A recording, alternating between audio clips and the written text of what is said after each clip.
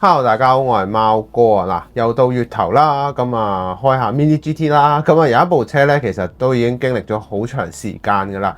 咁 Mini GT 亦都係排除萬難去做到呢一部車嘅時間非常之長啊。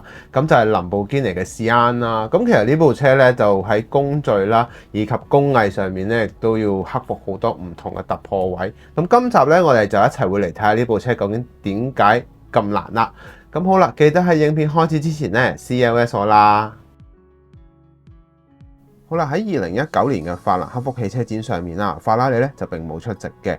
林寶堅尼咧亦都順勢推出第一部混能跑車 Sián FKP37啦。咁呢一個名咧命名於呢個已故嘅費迪南特先生啦。咁其實佢喺1937年咧就擔任呢個福士集團好多年㗎啦，咁去到93年到2002年嘅時候咧就擔任呢個奧迪嘅董事會主席啦，咁其後喺98年嘅時候亦都收購咗林寶堅尼嘅。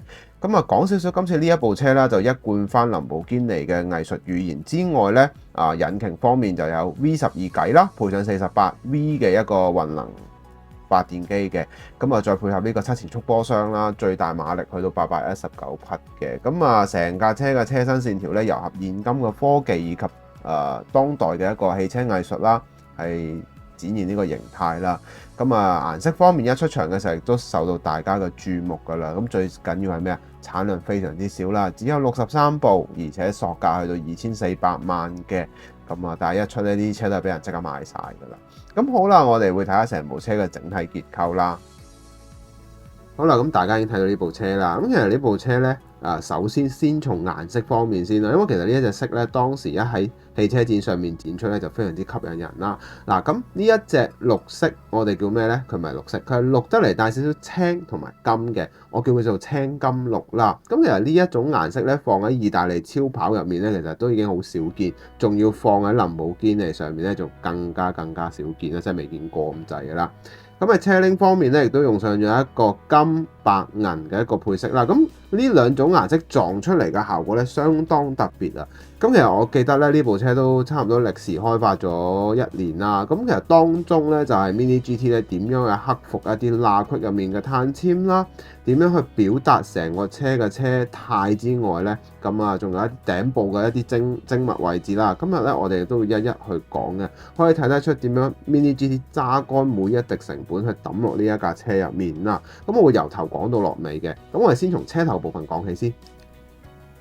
好啦，咁我哋先從車頭個部分講起先啦。咁其實一嚟到咧，大家會覺得點解呢部車咁多特別嘅碳纖維咧？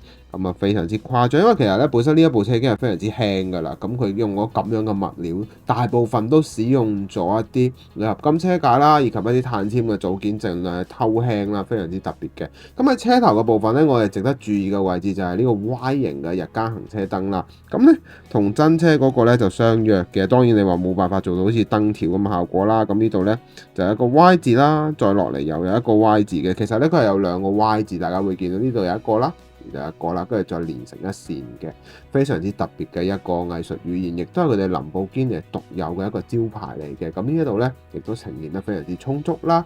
咁話晒佢都係一架中置尾嘅跑車嚟㗎嘛。咁車頭嘅部分咧，呢一個位置咧，亦都係經過咗特別嘅改造啦。咁咧可以睇到咧喺裏邊咧，亦都係非常之多嘅碳纖紋理啦。咁仲有啲咩咧？冇錯啦。就係喺頭鏟嘅部分咧，佢係採用多段式嘅設計，大家會見到咧，嗱呢度有2級啦，跟住又再嚟多級啦。咁另外係咩咧？仲有一樣嘢就係呢個車頭嘅部分就係呢2條好特別嘅一條空氣動力學嘅一條線。咁呢一度咧係呈現得若隱若現嘅，同真車相約嘅。因為由於呢隻顏色咧，佢係處於一個半光澤嘅一個呈現效果啦。咁大家可以睇翻真車圖片，非常之真實嘅。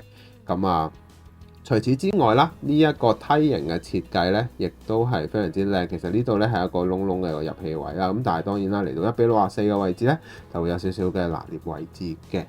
係啦，另外一樣嘢就係關於呢兩邊嘅伸延到兩邊嘅罅隙位置啦。佢係採用咗全碳纖嘅效果，非常之震撼嘅。因為其實咧，呢架車係有玄機嘅。我哋陣間咧打開個車底咧就會見到嘅效果，即係你會諗到哇，估唔到佢哋為咗，因為其實本身我記得當時呢一個位置咧，佢哋係諗咗好耐點樣去克服嘅時候咧，我都覺得好犀利嘅。因為本應其實呢啲咧，我都預佢係上翻普通式就算啦，因為呢啲位置根本上係冇辦法做到，但係佢哋好堅持去做呢一件事，咁啊克服到啦。同埋車頭燈嘅呢啲彎角嘅設計咧，我自己就好中意。如果未見過一架車咧係有咁樣嘅一個沙板，係立體度係咁樣嘅設計嘅，即係由尾去到份頭，跟住再轉彎嘅時候咧，用上咗一個多層次式嘅效果咯。咁呢啲係混能跑車未來嘅藝術語言嘅一種表達嚟嘅。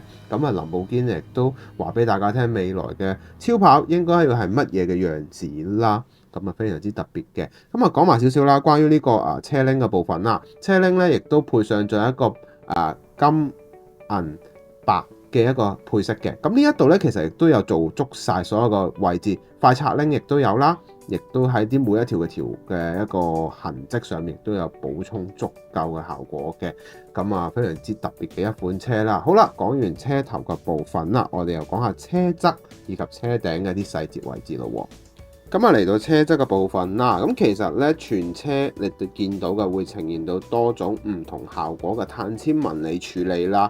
咁呢一度無論係一啲我哋叫做一啲風刀增加下壓力嘅一個帶動氣流嘅線條嘅一個位置之外咧，另外亦都有好多唔同偷輕嘅位啦。嗱，今次咧喺細節嘅紋理上面咧，值得一提嘅就係呢一個位啦。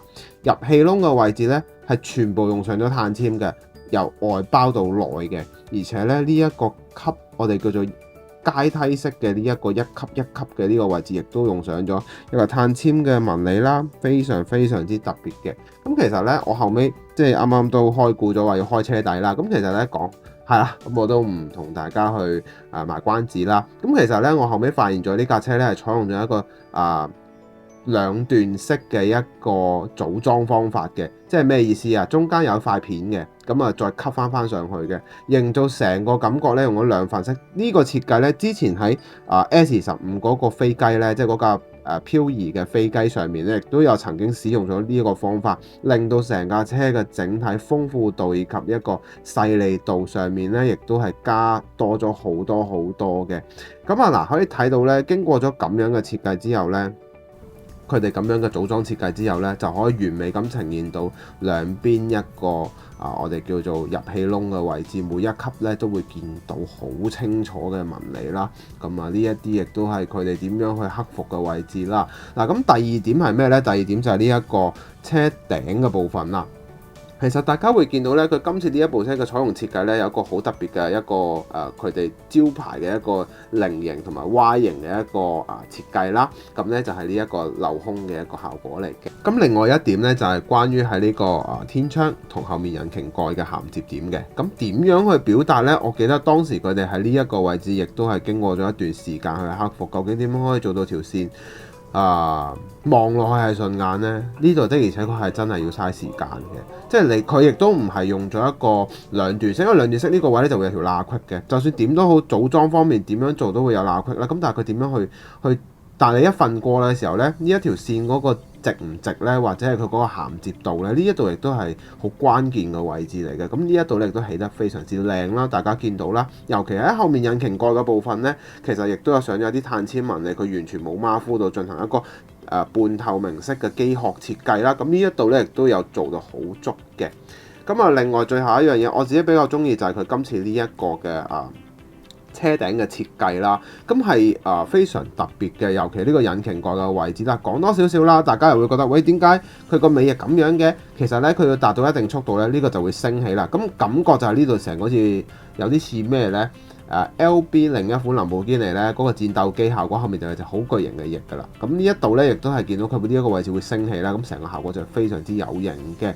咁啊，當然就意大利風情嘅嘢啦。咁啊，表達佢哋嗰種藝術嘅。咁呢一啲嘢咧，其實真係每一間超跑車廠都有佢哋獨特嘅藝術設計嘅。咁啊，呢一個茶鏡嘅效果係直接睇到內籠嘅位置啦。今次我喺內籠咧亦都做咗一啲細化嘅，等大家可以睇得舒服啲啦。係啦，哇，講咗好多，我哋又講下車尾嘅部分咯。好啦，咁大家咧已經見到呢一度啦，咁啊嚟到車尾嘅部分啦，咁啊非常之特別嘅，因為其實咧從呢一個角度睇得更加清楚，就係佢有一個斜嘅，佢一個斜度嘅，佢唔係一個好似就咁綠果凹咗落去嘅效果，佢係有一個伸延落去嘅感覺嘅，咁呢樣做得非常之靚啦，令到成個車尾有一個流線型嘅感覺，而且咧呢個噴漆嘅效果咧，令到車身嘅整體線條咧，尤其兩邊嘅位置咧，會令到嗰個效果空氣動力學嗰個效果咧非常之突出。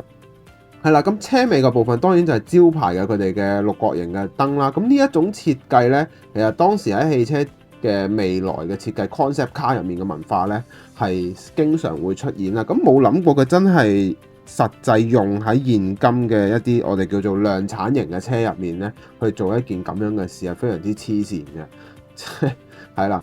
咁同埋亦都要講啦，佢喺尾部嘅表達咧，同真車係一模一樣嘅。尤其呢一個入氣嘅窿位啦，呢啲死氣喉位置啦，尾擾流啦，值得留意嘅係咩啊？一陣佢今次咧好細心地喺尾擾流嘅部分咧，係有完整咁樣去表達一個bearing bond 嘅一個設計。咩係 bearing bond 咧？咁大家可以去睇翻呢個BBR 嗰一款嘅車頂咧，就會知道嘅。我影片亦都會有介紹啊。咁大家有興趣咧，可以睇翻嘅。咁啊，呢個成份嘅設計，佢完全係做足晒啦。咁呢一樣嘢亦都係睇得出佢哋今次咧喺呢一件事上面嘅刻苦同埋佢哋嗰個專業咯，即係可以表達到佢哋對呢一個車嘅一個專業嘅態度同埋一個認真去真係為一架車，即係唔會話我係咁啊，係是但啦咁樣，即係睇得出嘅。其實有時候有啲車你會睇到，究竟每一間車廠佢哋個用心位喺邊啊？咁呢一啲咧就係我點解一直以嚟會開呢個 channel 去做開箱，因為其實俾大家睇到，其實每一個牌子其實佢哋都有自己嘅獨特性之餘咧，亦都可以睇到佢哋邊一啲位置佢哋會好用心啊，或者係一啲細心位置咯，係啦。咁最後啦，咁呢一啲位置咧，亦都講多少少啦。小尾翼嘅位置咧，亦都有做到兩段，即係兩片式嘅一個設計嘅，咁唔同顏色㗎。咁好啦，我哋講下內籠嘅部分咯。好啦，嚟到內籠嘅部分啦。咁其實咧一開始嘅時候，我做資料搜集咧，我諗啦，呢隻青金綠應該配翻啲軍綠色啊，或者係比較淺綠色嘅效果啦。估你唔到喎，佢係用翻佢哋招牌嘅林寶堅尼橙色嘅。咁呢一種橙色咧係佢哋獨有嘅一個語言藝術嚟嘅。咁大家可以見到啦，係我喺細節上面亦都盡量去呈現啦。佢係使用咗一個佢哋嘅招牌橙色之餘咧，配上大量嘅 Alcantara 啦，以及一啲喺座位亦都用上咗佢哋嘅特別嘅語言藝術嘅符號啦。中控台亦都用上咗戰鬥機嘅一個過往嘅一個設計啦。值得留意嘅係咩咧？喺今次副引擎咧，佢係有完美咁樣去做之餘咧，佢連個內籠入面嗰啲紋理咧，即係嗰啲碳纖嗰啲支撐桿咧，亦都係有做得足嘅。即係你可以睇得到，其實佢除咗喺嗰個即係佢俾你睇到嘅嘢，係盡量想俾你見得到晒佢應該要有嘅嘢咯。咁呢一啲咧，亦都係佢哋嘅細心位置嚟嘅。咁非常非常之靚嘅一款車啦。講晒咁多啦，我哋又講下今集嘅可購買指數啦。今集嘅可購買指數咧，我會俾佢9分啦。咁呢一部車嘅汽車質素咧，可以話係匠人認真製作出嚟嘅一個汽車作品嚟嘅。佢為咗達到最高嘅一個效果俾大家啦，亦都拖延咗啲時間嘅。咁但係冇令到我哋失望嘅，呢一款車係完全值得等待嘅一款車。你可以睇得出佢點樣可以令到整體喺唔同嘅件上面去做一個表達啦，碳纖嘅紋理點樣可以達到極致啦，兩邊嘅一啲膠件嘅一個調和度，亦都係呢啲位置咧，亦都係睇得出佢點樣去認真去做一件事。呢一樣嘢咧，亦都係令到我點解而家開嘅大部分嘅車都會係 Mini GT，因為其實認真去做每一件事，帶俾大家最好一個視覺感受咧，亦都係我一路好想做嘅一樣嘢，同埋改變大家嘅諗法就係買車咧，唔止係就咁買架車翻嚟影張相，甚至可以了解背後嘅一啲細節位啦，咁令大家可以知道嘅。係啦，我都好期待咧，佢其後咧會出呢個湖水綠版本啦，以及紫紅色嘅版本啦。我自己如果有咧，我第一時間梗係買湖水綠啦。係啦，大致係咁啦。咁我哋做總結啦。咁好啦，大家咧就已經睇晒成條片啦。林寶堅尼其實真係都幾難㗎，真係認真。今次尤其呢一部咁特別嘅菱角設計，咁獨特嘅 style 啦，係過往未見過噶啦，係啦，咁啊好啦，下一集咧我哋就會跳一跳啦，去翻越野賽車啦，咁會講一架 Ford 嘅一架越野賽車，亦都係由 Mini GT 出啦，咁啊記得要留意啦。如果你覺得呢條影片好嘅話咧，希望你可以俾個 like 我啦，最緊要係咩？俾留言話俾我知你嘅諗法係點啦。咁啊最後記得就要訂閱我個頻道啦。咁啊因為我後台睇到都仲有好多朋友真係冇訂閱嘅。咁啊希望你可以訂閱我啦。咁啊係咁先咯，我哋下集見，拜拜。